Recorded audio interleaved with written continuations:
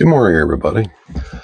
Now, before I start the video today, this is going to be kind of like a more involved update with what's been going on this last month. So, before we get started, uh, not fishing for sympathy, guys. It's just that I feel that there are several people, they maybe have some kind of investment in the channel as far as watching it, and they've given me their time, and I'd like to let everybody them at the very least those regulars know kind of what's been going on, all that stuff. So, just before I get started, just heads up, I'm not looking for a whole bunch of sympathy and stuff like that. So I figure I'd clear the air about that before I even get started. So stick with me, guys. I'm gonna give you a update on what's been going on. Good Monday morning, everybody. Anyway, I hope it's a good Monday morning. The voice has recovered a good little bit. I still got some issues with it, long periods of talking, but it is definitely better. So at least I got that going on for me. All right. So basically where to start. Well, I'll start closest to about the beginning of the month. Of course, everybody, I'm sure most of you have seen the video, I got the new job, all that, but, we'll just kind of try to chronologically, the troubles and stuff where it started. My daughter got sick. She had to be taken to the ER, had a viral respiratory infection. And the first 4 days was pretty rough on her, but, being a toddler, and she's, good health in general. So her recovery was pretty good. And of course, about day 3 or so of that, I caught it from her, and it literally kicked my butt pretty good. So that's where the laryngitis came from. Bell writes, I probably should have went to the hospital. Like I said, I'd had coughing fits so extreme, it damaged my larynx just from that. That was pretty intense. Not long after that, I had a family dog that I've had for a very, very long time. She was over 17 years old, and we usually let our dogs, since she's such advanced age, for quite a while we've had her pretty much been an inside dog. She's a wolf chow collie mix, incredibly smart. I'm going to say probably the best dog I've ever had. And a couple weeks ago, probably going on 3 weeks ago now, let her outside to go potty, and she never came back. And given her advanced age and her health problems she was getting, it's pretty safe bet that she just didn't make it. And all while this was going on, my wife's grandmother had acquired the flu, and this had been about around the time that my daughter got sick, and she ended up with pneumonia and was in the hospital, and she'd been there for quite a while, weeks at a time. She was there getting treated and stuff, a lot of damage to her lungs. And unfortunately, the job I had acquired, I'll just be straight honest with you, they fired me. And a lot of people will ask, well, what happened? Why'd you get fired? And the simple answer to that is, out of the 3 supervisors there, they just didn't like me. So that would have been 2 Fridays ago, before this last Friday passed. So when I got fired. And the funny thing was, Thursday, that same week, they were doing employee evaluations because it was the first of the year, although I'd only been there about a month. They went ahead and done mine. They said I was doing good. I only had 2 things they wanted me to work on a little bit, and that was welding and get more familiar with the electrical systems. Fair enough. And we went over some things. We're setting up preventive maintenance rotation for forklifts and, just your general blah, blah, blah stuff.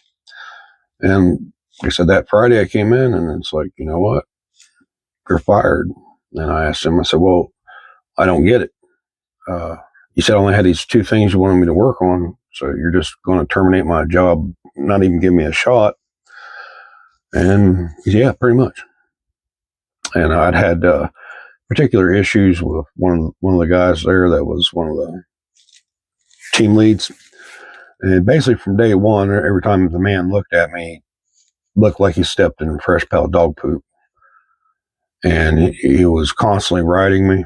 And it's like, I guess his complaint was he wanted me to go amongst the facility there and just randomly find stuff to fix and just fix it, which would have been great, but I never had the opportunity to do that because the list of stuff that there was nonstop giving me to fix, obviously I didn't have the opportunity to go do that myself. But uh, it was very upsetting.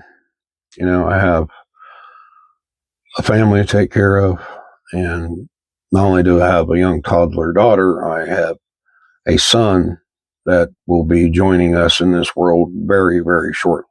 There's, you know, my wife's not too far from having our second child. I try not to, I would say, like, get depressed or despair, but, you know, that was quite upsetting. And it was not justified. It was just, you know, simple personality conflict that, you know, they shouldn't have let got involved with professionalism, but you know, that's just the way it is. And basically, he said, you know, you're on 3 months probationary period when you first get hired. So it's basically, you know, we fire you. Too bad, so sad. Goodbye. Kick rocks. So, is what it is. The only thing there is to do about it is just not let it fester inside. Don't let it eat you up, and got to move on.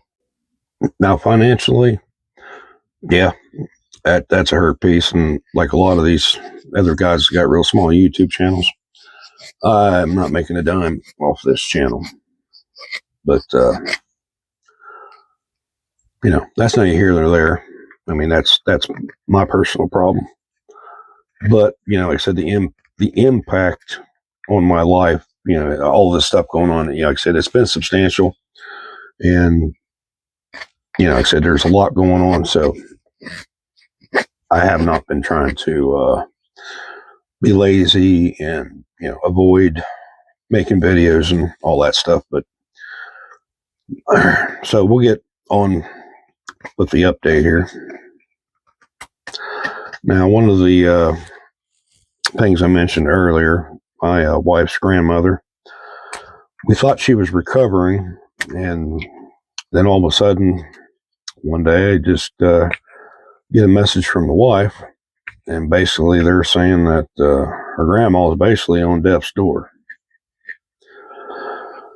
So come to find out, she had developed blood clots, multiple blood clots in her lungs, and one side, I believe it was the lower right side of her heart, had, you know, a lot of inflammation, swelling, and the severity of it was quite limited.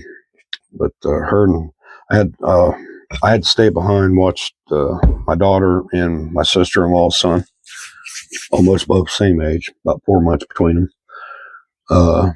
But you know, most of the family rushed up there, and when they got there, she was actually conscious and alert. They talked with her and stuff, and they well, basically it came down to them trying to keep her on a ventilator, but of course the damage done, if she actually did survive, you know, her quality of life would have been took a drastic hit, and she's quite elderly. Although for her age, she before she got sick, she got around remarkably well. Pretty good, sharp-minded yet, but yeah. So as the time progressed up there, you know, the family was there a lot and stuff, and she was progressively getting worse, not being able to stay awake, you know. But before, you know, she had lost her mental acuity, and she made a decision. She decided that it was time. Uh, you know, she said the Lord was calling her home, and you know, I would have liked to seen her try to stay and fight it, though. I understand how that could have impacted her life should she have survived. But that was her call to make, and it was a very hard call. And it takes a lot of courage to face something like that, as clear-headed as she did. I mean, so that takes a lot of courage. And I have to have a lot of respect for that. And they finally moved her to a room, a larger room, that way they can make her comfortable. And I think it was a period of almost 3 days before she finally passed away. So it was this Friday past around noon. And that's a pretty hard hit for the family, especially that, she was so much active in the family. She even, after my daughter was born, she watched her quite a bit before we got daycare figured out. She even watched her when she was sick for us a couple of times. I mean, she's been there for a lot of the grandkids and great grandkids. So, she was a prominent figure in the family. So there's a great loss there. And, it's going to be really rough for a lot of my family out here for quite a while. It takes time to recover. And though you never really fully recover, but, before things go back to some sense of normalcy, it takes a while. Yeah, the voice is getting a little rougher, guys, so you just have to bear with me there. That laryngitis is no joke. So yeah, it's kind of a season of loss, and like I said, the biggest thing is whereas definitely it affects me emotionally. Like I said, it's important to have some faith and not let this stuff steamroll you. And it can be rough. It's just, depends on what you've been through in your life and your coping mechanisms and your ability to rationally think about things and just move on. I've been through quite a lot. I've not got deep into my history, but, don't really know if this channel is really appropriate for that sort of thing anyway. But, it's like I do believe I've mentioned it in one of my walk and talk videos. I've been through a lot, and I've had to deal with things most people should never have to deal with, and just, you just basically buck up and move on. And I don't know if I'm necessarily trying to deliver some big epic message here. Like I said, I just felt responsible to let everybody know who has any kind of time or emotional investment in my channel, what's been going on, because, I was pretty regular putting out these videos, usually 3 a week, bam, bam, bam. And all of a sudden, so I feel I owe an explanation at the very least. And I didn't drop names because, that's personal. And so I didn't give any names outside of my name. For, you guys, obviously I'm on YouTube. So, but, for respect of everybody else, privacy and everything, that's why I didn't give you guys names. So,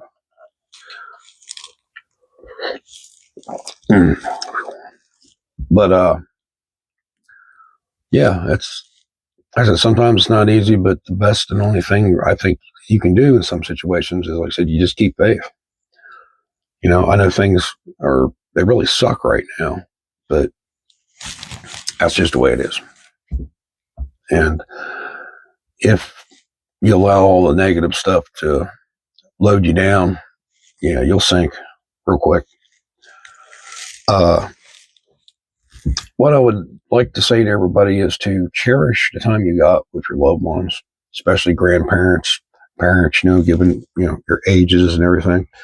And, if you're someone who's lucky enough to have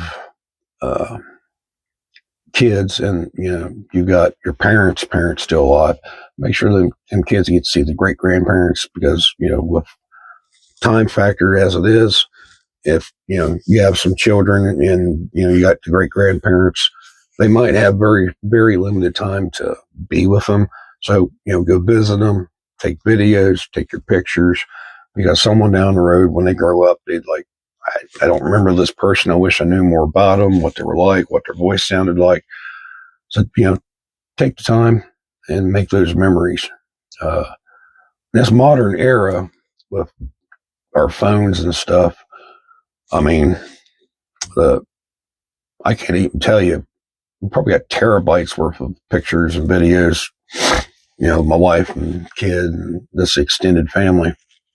But when I was growing up, you know, if you were lucky, you had a Polaroid camera, big thing that had the picture actually slide out of it, or you had the old-fashioned camera spools where you had to send it off to get it developed. So you had the family albums were real precious when I was a young kid. Those were memories, and they were captured in time. And very few people had a lot of money to have just hundreds and hundreds and hundreds of pictures. But now we got like in magnitude of tens of thousands potentially easily just on your cell phone. We got a couple thumb drives out here. I mean, over one of them's like 126 or whatever gigabytes, solid full pictures and family videos. Yeah, and you can pick and choose. Like we print out what we want. Get the cream of the crop. So that convenience and stuff is available there for everybody. So I just like to say, make some memories. That way, as people grow up, they're rooted. They got some roots. It's like remember the stories, tell them to your kids, and keep your family traditions. Christmases, Thanksgivings, Easters. Because often or not, and it happened when I was growing up, when the great grandmothers passed away, it impacted the family, extended family a lot. It's like the gatherings for holidays really suffered. And it was like that closeness that the family has, once that happens, just over that time, and sometimes it happens fast, sometimes slowly, you don't quite notice it as much, but it's like those threads that bound just slowly start separating. So here, between my wife and her mom, I'm pretty confident that efforts will definitely be made to keep family traditions, maybe even get family reunions like they used to have. It's just, I think it's important. But, that's me. I'm not saying that needs to be for you and that has to be important for you. I'm saying that the old school way I grew up and, our morals and traditions and stuff in my area, it's important to me. So, I have no idea how long this video is going to be yet. I've made some cuts and stuff here, so I'm pretty sure I'm getting kind of long.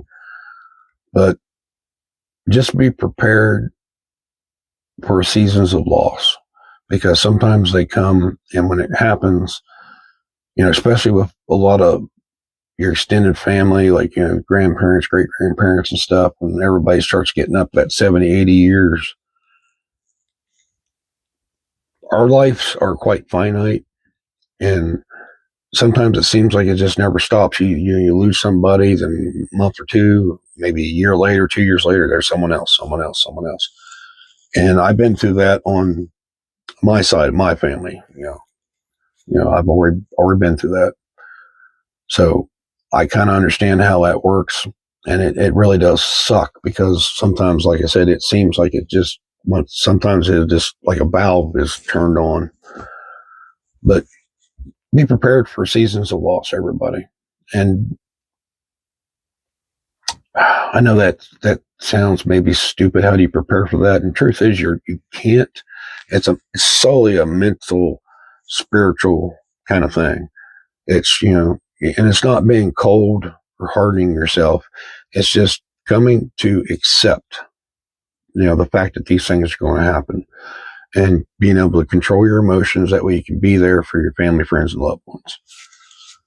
And it's not easy, and it may not be something for everybody, but that's me, and that's what's going on in my life. And I felt the need to share it. But guys, I know I'm really getting on here. So I'll go ahead and start to cut the video, and feel free to ask any questions. Like I said, now real personal questions outside. I'm not giving people's names, dates, ages, and stuff. That's in my family. I'm not doing that. But as far as feel free to ask questions, pointed questions, to me, towards me. I'm not trying to be mean or heartless or anything. It's just that my personal family's privacy is very important to me. So I'm not giving out any information on them. Just, be fair about it. Let you guys know. But as far as me personally, yeah, you can ask me questions in case there's something I didn't address in this video and you actually really want to know. But that, guys, thank you very much for watching. I appreciate your time. Like I said, all you that stick through me through all this, the video slacked off, and I'm still getting some views for the stuff I do post. Bless you. I really appreciate it. And I'll see y'all in another video.